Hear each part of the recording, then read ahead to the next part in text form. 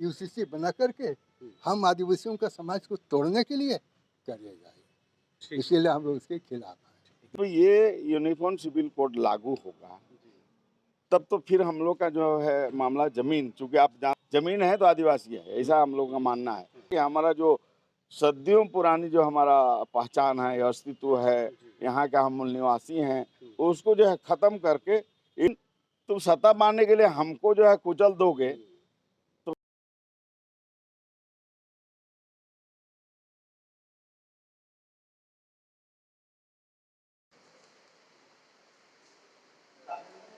धान जी, ये यूसीसी है जो यूनिफॉर्म सिविल कोड है, ये इम्प्लीमेंट की दिशा में आगे बढ़ चुका है।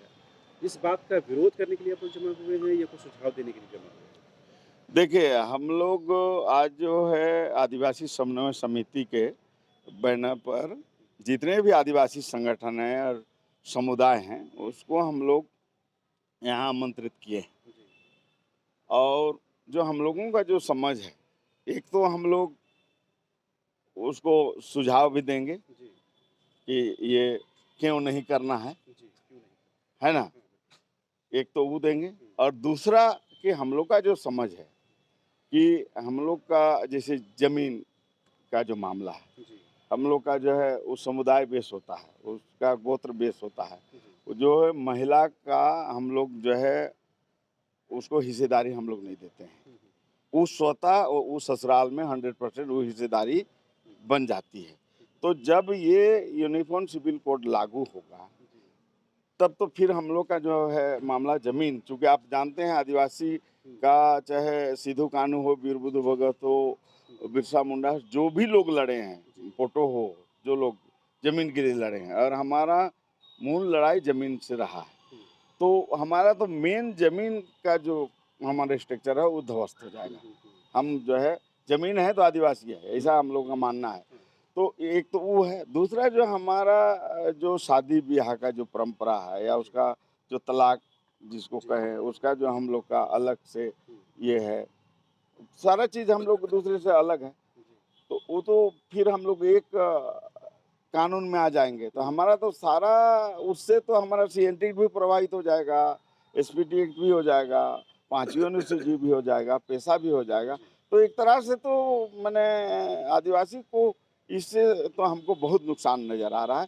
इसलिए हम लोग इसका रोड पर भी हम लोग प्रखंड स्तर पर, जिला स्तर पर, राज्य स्तर पर, देश स्तर पर इसका विरोध करेंगे। ये आप लोग मानते हैं ये कहीं न आपकी जो आपकी आस्था है, जो विश्वास है, उस पर कुठाराघात है, उस पर चोट है ये? निश्चित रूप से जो मान लीजिए जो हमारा जो दर्शन है, जी, तो उस दर्शन को ही खत्म करने का जो है प्रयास जो है चल रहा है, जो हुँ, दूसरे विश्व में, दूसरे देशों में भी ऐसा हुआ है, जी, जो वहाँ के मूल आदिवासी जो है आज खत्म हो गए। हुँ, हुँ, तो उसी दिशा में ये प्रयास हम लोगों को लग रहा है कि हमारा जो सदियों पुरानी जो हमारा पहचान है, अस्तित्व है, जी, यहाँ का हम मूल निवासी हैं, हुँ, उसको जो है खत्म करके एक देश एक कानून बनाने का प्रयास कर रहा है। जी, तो हम लोग को लग रहा है कि जो संविधान में जो आज जो प्रावधान बचा है, जी, ये करने की ज़रूरत नहीं है। चूँकि सरकार को अगर करना है तो शिक्षा पर करे काम, रोज़गार दे। हुँ, तो हमको तो ये स्पष्ट ये लग रहा है कि इसको ला के ये जो है अपना वोट बैंक और अपना सत्ता में दोबारे आके मने बैठना चाह रहा है। लेकिन तुम सत्ता पाने के लिए हमको जो है कुचल दोगे, हुँ।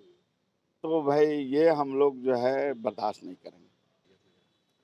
मेरा नाम देवेंद्र नाथ चंपिया, पूर्व उपाध्यक्ष बिहार विधानसभा। जी। आखिर क्या वजह है जो आप लोग विरोध के लिए तमाम लोग जमा हुए हैं? आपको क्या वाक़ई में लगता है कि ये अगर इम्प्लीमेंट हो जाएगा, तो आप लोगों की जो पहचान है, आइडेंटिटी है, उस पर कहीं न कहीं संकट आ जाएगा? देखिए, भारत का संविधान के आधार पर शेड्यूल एरिया में जहाँ 25वीं अनुसूची लागू है, जी, वहाँ कॉमन लॉ एप्लीकेबल नहीं है। और इसी वजह से जैसे इंडियन सक्सेशन एक्ट, हुँ, उसमें आदिवासियों को शामिल नहीं किया। हिंदू मैरिज एक्ट में आदिवासियों को शामिल नहीं किया, क्योंकि वह कॉमन लॉ है। हुँ, और पहले ब्रिटिश पीरियड में आदिवासी एरिया को नॉन रेगुलेशन एरिया माना जाता था। नॉन रेगुलेशन एरिया क्यों? क्योंकि वहाँ की जो रूढ़ी प्रथा है उसी को विधि का बल प्राप्त है। रूढ़ी प्रथा से ही आदिवासी समाज सुशासित है, शांति व्यवस्था है। अगर ऊपर से कानून को थोपेंगे तो शांति व्यवस्था को बिगाड़ना है। इसीलिए उससे नॉन रेगुलेशन एरिया का करके कॉमन लॉ को इम्प्लीमेंट करने से बंद कर दिया।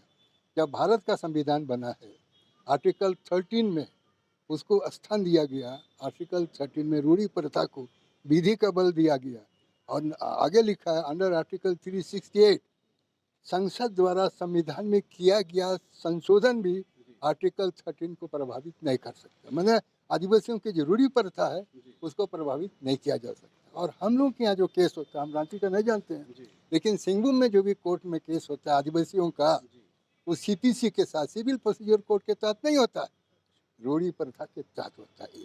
दूसरा कि ये क्या कहेंगे, तो हम लोग का 25वीं अनुसूची के अनुसार तो कॉमन लॉ अप्लीकेबल नहीं है।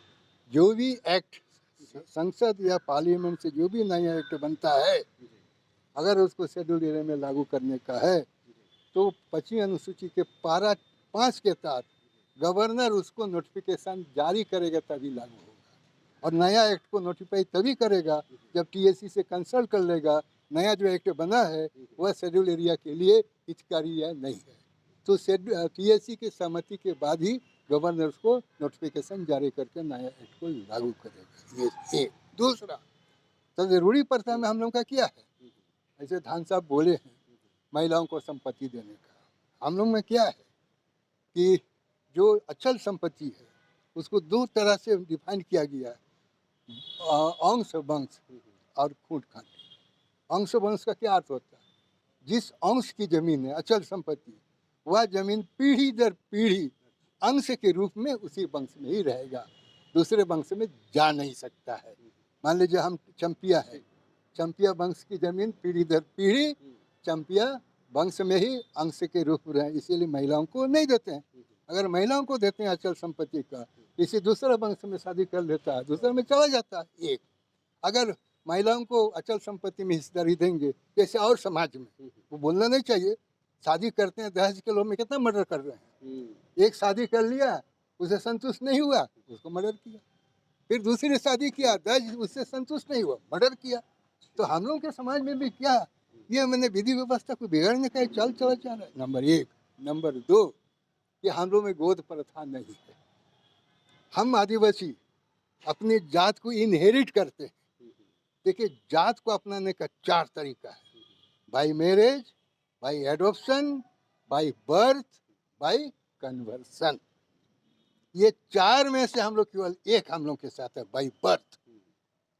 बाय मैरिज किसी कास्ट को हम लोग नहीं अपना सकते हैं, बाय एडॉप्शन है ये नहीं है, कन्वर्सन में मतलब किसी जात को हम लोग अपना नहीं सकते हैं, बाय बर्थ ही हम लोग अपने जात को अपना सकते हैं, मतलब हम लोग अपनी जात को इनहेरिट करते हैं। इसीलिए अगर ये सब चीज़ गोद सिस्टम होगा तो हम लोग के समाज की जो रूढ़ी परंपरा है, रूढ़ी प्रथा है, वो खत्म हो जाए। एक आखिरी देखिए, ये आर्टिकल 44, ये तो directive principle of directive policy of state या पॉलिसी, ऐसे ही इसको तो मैंने क्या बोलेंगे, सरकार चाहे तो लागू कर सकता है, नहीं चाहे तो नहीं लागू कर सकता।